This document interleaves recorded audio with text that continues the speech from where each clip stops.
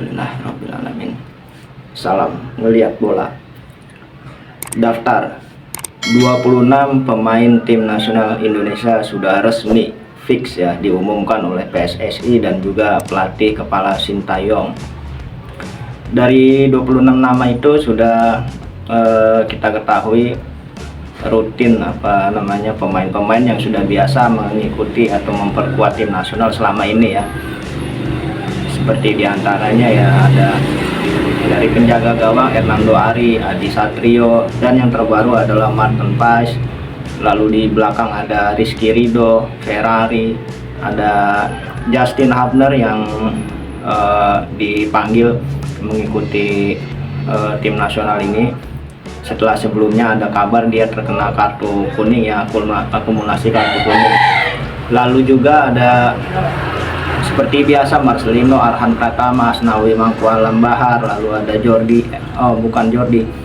Ivar Jenner, lalu Jordi Amat itu tidak ikut karena masih cedera dan sedang berusaha untuk memulihkan kembali cederanya.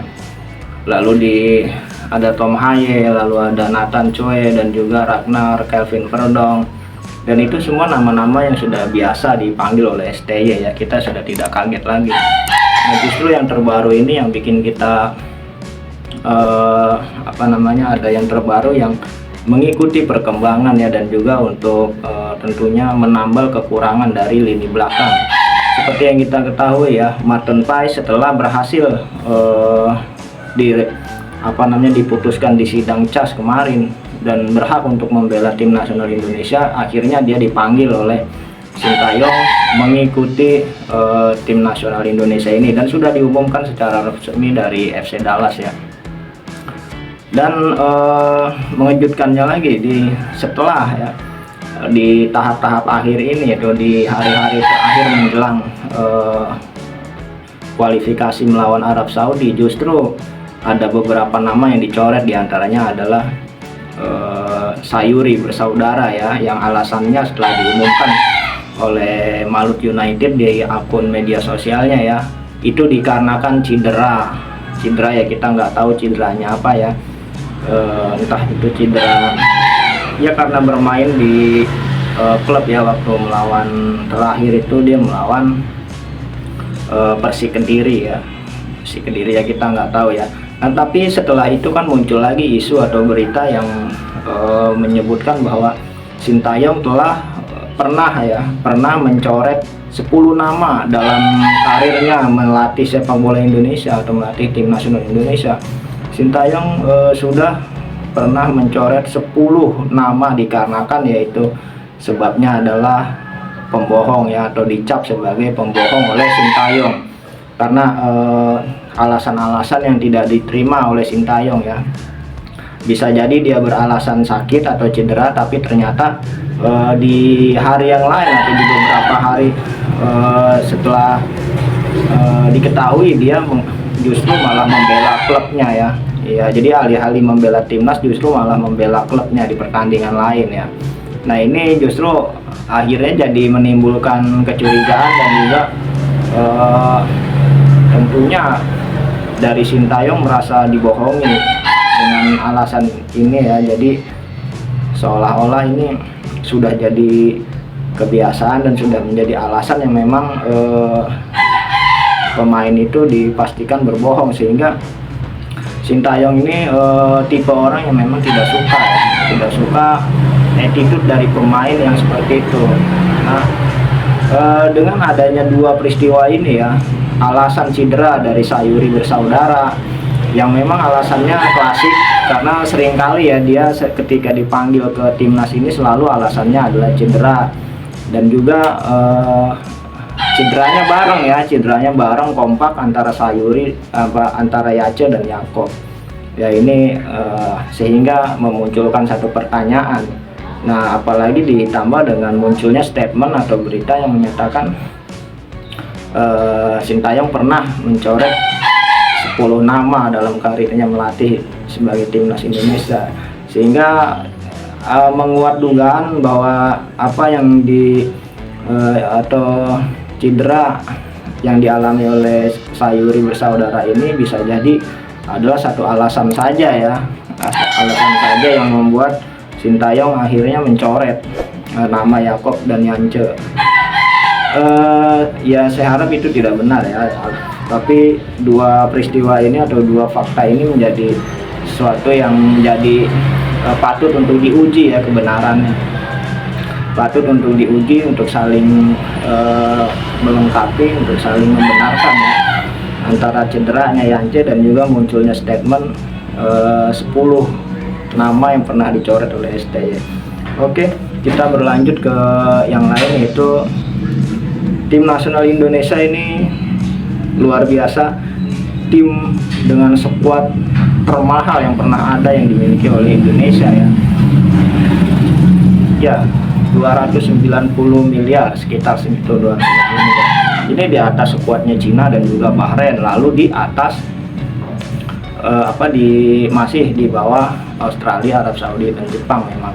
Tetapi ini sudah satu skuad yang luar biasa fantastis untuk ukuran Indonesia saat ini ya, ukuran Indonesia saat ini. Dan sebelum itu kita konfirmasi dulu bahwa dicoretnya Yance dan Yakob itu penggantinya adalah Nadeo sebagai penjaga gawang dan juga Oki Caraka sebagai striker. Jadi untuk memperkuat pertahanan dan juga penyerangan ya, karena kita ketahui Martin Paes belum bisa tampil menghadapi Saudi Arabia dan dia baru bisa dipastikan tampil ketika menghadapi Australia ya, karena ketelatan pendaftaran.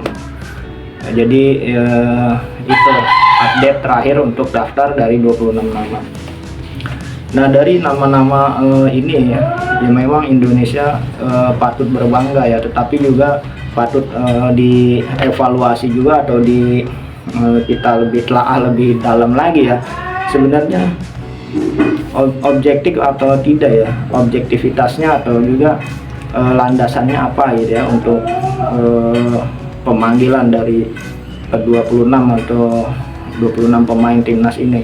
Utamanya kalau untuk pemain lokal ini kan sudah ada sekitar 12 ya, sekitar 12 pemain lokal. Dari Persija ada 2, dari Malut United, Persebaya, lalu ada PSIS, Adi Satrio, lalu ada Dewa United ada 2 orang, Ricky Kambuaya dan juga Egy Maulana Fikri. Persis Solo ada Ramadan Sananta.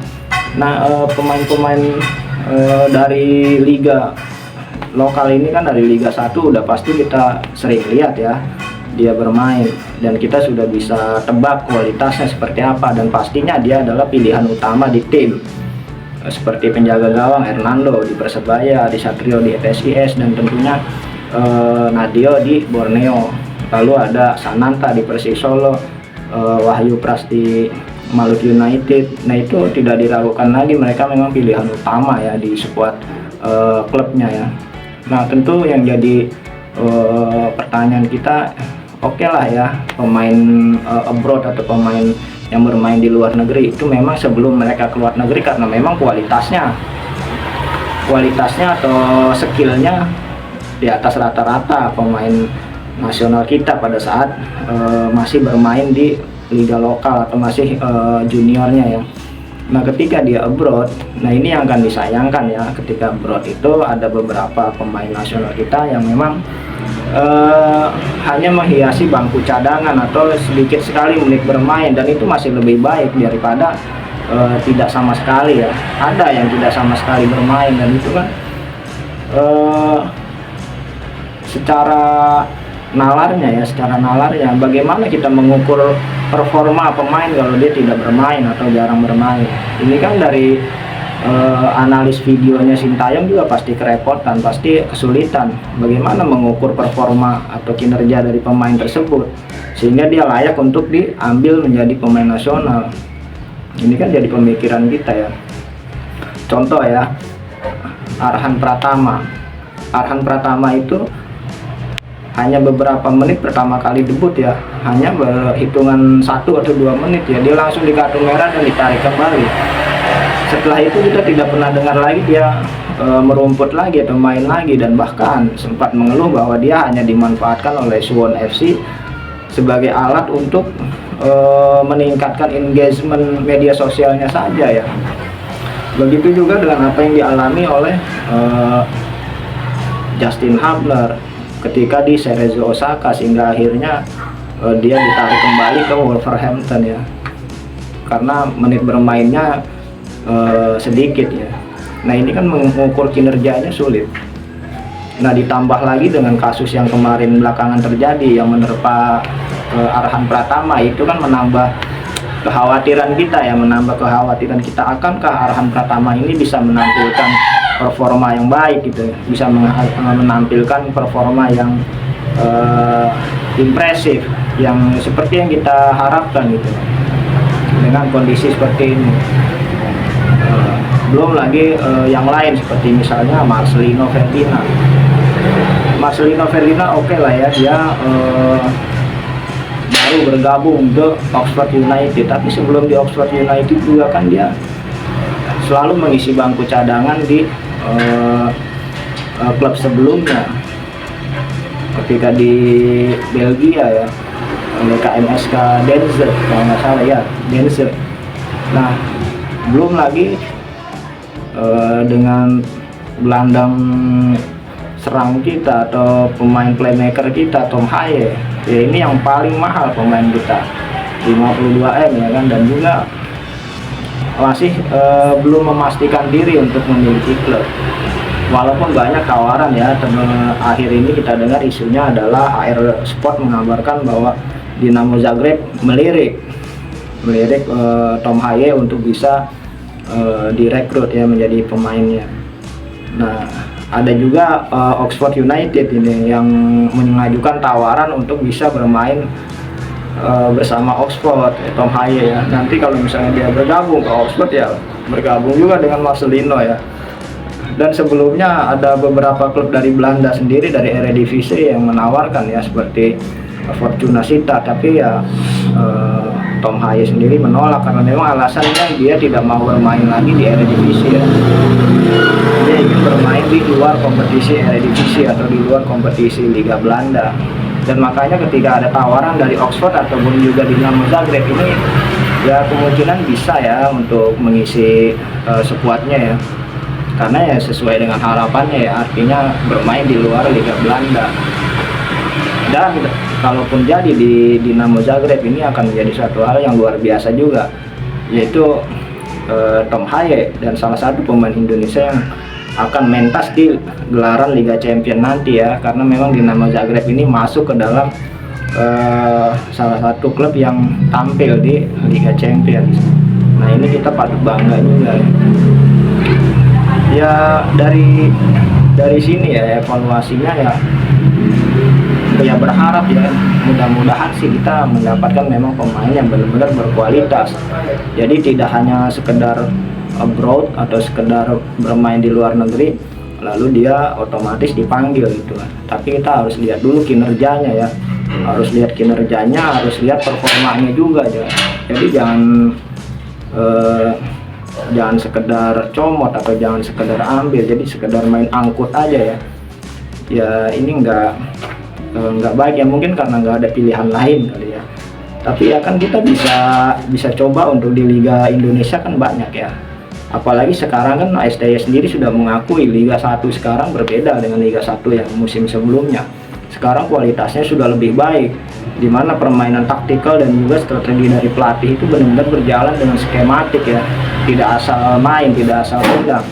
Jadi bermacam-macam strategi dan dari pelatih ya, taktikalnya juga itu sudah bervariasi, sehingga performa dari pemain pun bisa terlihat ya, ya contohnya kalau untuk posisi-posisi Arhan ya bisa diambil, ada ya di situ ada Esal dari Persita, ada juga Ahmad Maulana, bagus ya.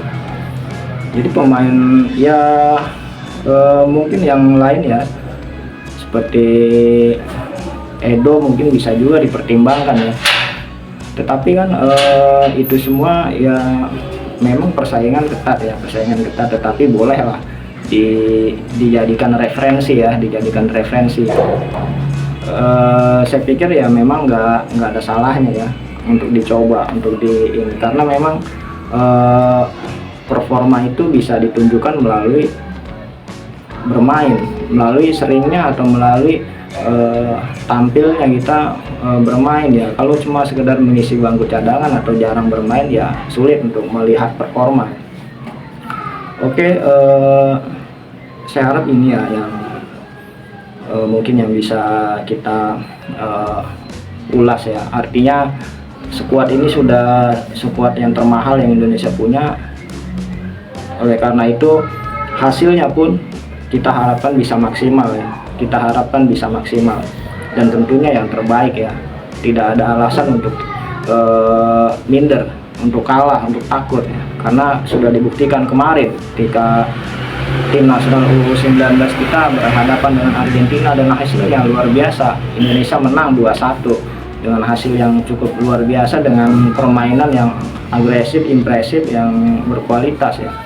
Saya kira itu ya, mudah-mudahan Indonesia bisa menunjukkan permainan yang terbaik dan hasilnya adalah menang. Salam.